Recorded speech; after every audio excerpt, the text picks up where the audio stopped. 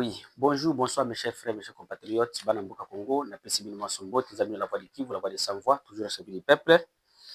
De l'autre, vous allez, mon colo, il y a les 10. Vous allez le 10 mai 2025. Je suis venu, j'étais un peu en déplacement pour nakokende koluka badoléance aux populations congolaises et PECI.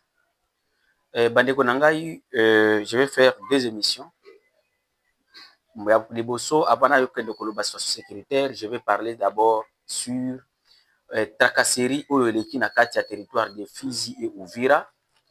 Yango population congolaise, bato ya Fizi, territoire de Fizi, bakomelaki biso mingi, basengi ke la voix du Kivu.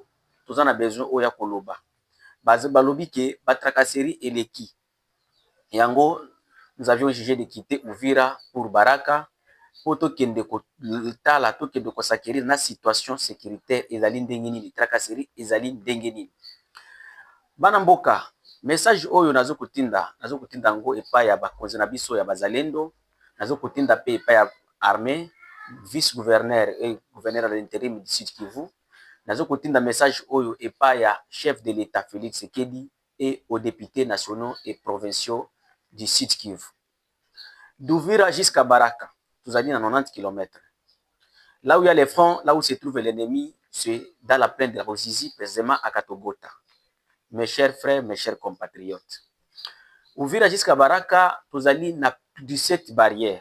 J'ai compté moi-même 17 barrières. Na 17 barrières, wana, chaque barrière, il faut au fouta 1000 francs. Donc, de Uvira jusqu'à Baraka, on peut se retrouver au fouti 17 000 francs. Moto, par tête, tozo kofuta 40 000 francs. Kobima Uvira, kokende Baraka. 40 000 francs. Alors, ceux qui ont commis Baraka, situation Baraka, esika bato babengaki ngai pona kende kosakiri na situation, nakuti ke ya ça ne va pas. Baraka est affronté. À Baraka, il n'y a pas la guerre. Na kati ya Baraka bitumba ezate. Bitumba zali na kati ya territoire d'Uvira. Mais tracasserie ozoleka na Baraka. Nakendaki na wenzi ya Baraka, nakutani na bamama, ba oyo bateki. Balobi, ba oyo bazoko kende kote ya Kaboke. Donc na kati ya secteur ya Tanganyika, pas dans la province de Tanganyika. Na kati ya secteur de Tanganyika dans les mêmes territoires. Bazoko se retrouver kobima Kaboke po, à part les transports de moto et autres, kobima Kaboke po ya kokota na kati ya wenzi ya Baraka, bazali kofuta au moins 8000 francs. Na balabala bazo kofuta mibongo wana epa ya bazalendo. Alors, ceux qui a commis noti mafuta mbila, a commis après que savoir kofuta 8000 francs na nzela par bidon, aye kokoma siko na kati ya wenzi ya Baraka, na kati ya wenzi bakoya kofutisa ye lisusu taxe oyo bazo kofuta effort de guerre, bazo koloba effort de guerre. Effort de guerre wana, donc afuti taxe ya liboso na balabala, ayoko se retrouver à foutre deuxième taxe oyo bazo kobenga effort de guerre. Makambo nyonso wana, imaginez-vous na kati ya wenze prix ya mafuta ekozala ndenge nini. Ube prix ya biloko oyo afutelaki ba taxe nyonso wana ekozala ndenge nini. Et soki oboyi kofuta bazozwa yo bakangi yo bamemi yo esika babengi YEP, esika ya le siège de wazalendo du CNPCC, donc du général Amourou Leme ya Kutumba. Kuna okozwa fimbo, okozala torturer population lembi. Alors, après loko wana, ceux qui obimi Baraka okei na côté ya Kafulo. Kafulo c'est à quelques kilomètres ici quand on va kozwa songo na nini ya kulia na kati ya mboka Baraka. Oko se retrouver au fouti 5000 francs avant que okota na kati ya wenzi po oya kofuta lisusu ba taxe ya effort de guerre ya bazalendo. Ceux qui obimi Baraka okende village ya dans la même Baraka, na kati ya Baraka commune mususu ya ville ya Baraka bamenga Katanga. Donc ceux qui obimi na commune ya Katanga poko na commune ya, ceux qui obimi na commune ya Baraka centre poko na commune ya Katanga, poko se retrouver okufuta 4000. Ba 4000 nazolo baba mpungu ba moto te. Nazolo ba transport te, nazolo bande taxe. Taxe wana na kati ya RN5. il y a 3 barrières oyo ezofuta 1000 francs 1000 francs 1000 francs soki ofuti 1000 francs te bakobeta yo nzela oyo ya raccourci oyo ya koleka kote ya mwandiga yango mpe ozokofuta 1000 francs.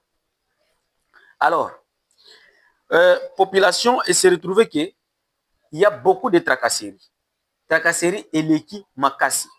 À ce qui concerne les armes ou bien babale. Ville ya Baraka pour le moment chaque nuit ezokozala masasi ezokobetama ebele. Ennemi azate, munguna azate, masasi oyo il a fallu to bomba mpona kokende kobundisa munguna, il a fallu to bomba mpona kotala nini tokoki kokende korepere ville ya Bukavu, biso tozokobeta yango na kati ya ville ya Baraka mpona koseme panique au sein de la population.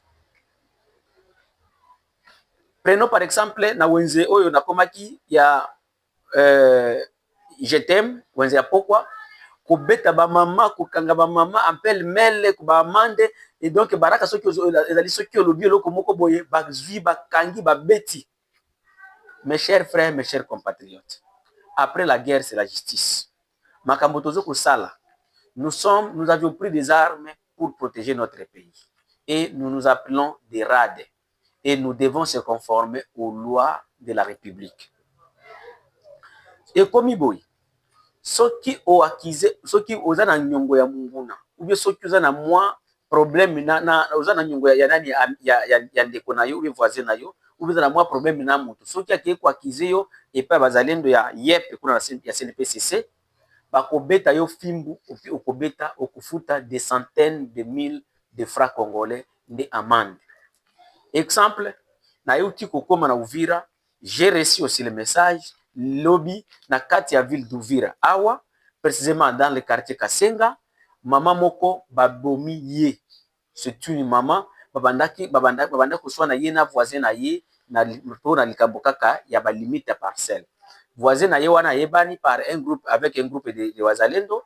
Alors, ye koyebana avec ce groupe de Wazalendo wana, akei kufunda imama wana ipa ya bandeko na ye wana ya Bazalendo, baye kokoma na kati, baye kozwa mama wana, babetie mingi, jusqu'à ce que mama wana akufi. À l'heure où je suis en train de vous dire aujourd'hui, mama wana bakukunda ye lelo na Kasenga, quartier Kasenga, dans la ville d'Uvira.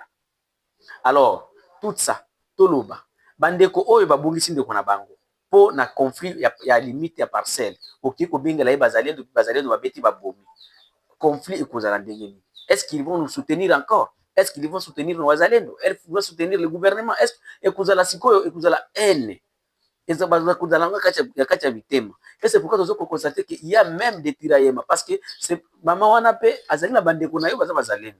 Bandeko na ye bana ba frère na ye bana ba yaya na ye oyo baza na kati na biso bakozala na nini bakoloba keno tel abomi ndeko na biso biso tokoboma ye eloko oyo koya kobimisela biso lobi ba problème. Alors, dans la même voie, mes chers frères, mes chers compatriotes, je lance ce message auprès des autorités et auprès de Wazalendo que nous sommes que Bitumba, après la guerre, c'est la justice comme je vous ai dit. Toza RAD, réserve d'armée de défense. Nous sommes là pour appuyer le gouvernement et nous devons se conformer aux lois de la République. Halte aux tracasseries que nous sommes en train de mener. Population à Baraka, j'ai rencontré quelques leaders de la ville. Ils m'ont dit qu'il y avait une réunion. Pour le moment, la ville de Baraka, ils se préparer pour faire les marches pacifiques pour dire que non, pourquoi? C'est grâce à l'excès de taxes.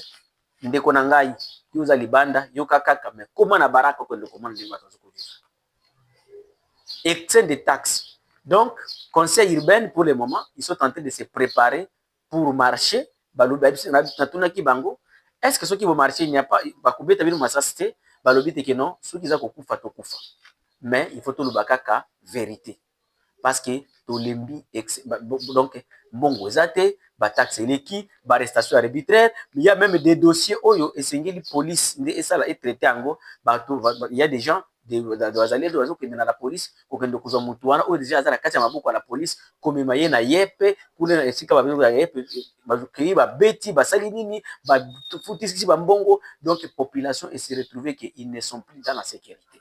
C'est comme ça, mes chers frères, et c'est pourquoi vous avez dit que vous avez vu la voix de Kivu. On était un peu calme dans ces 2 jours. C'était juste pour aller chercher les informations, pour aller s'enquérir de la situation. Oyo, population, on peut s'habiller sur ma doléance pour tout Kolobela, Yango. C'est la voix de Kivu, la voix des sans-voix. Après la guerre, c'est la justice. Et nous sommes là pour être nets. Nous sommes nets et nous sommes là pour donner des informations, des vraies informations sur le terrain que les Congos auront besoin, ou bien les Congolais ont besoin, parce que mboka na biso toza bato wana kokosa te.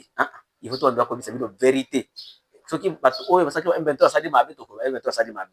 Soki bazali basali mabe basali mabe. Soki gouvernement basali mabe tokoloba même chose. Les menaces et les autres histoires là, vraiment, on s'en fout. Et si nous tuer, il faut nous tuer, mais population et qu'est-ce qui se passe dans leur pays. Merci.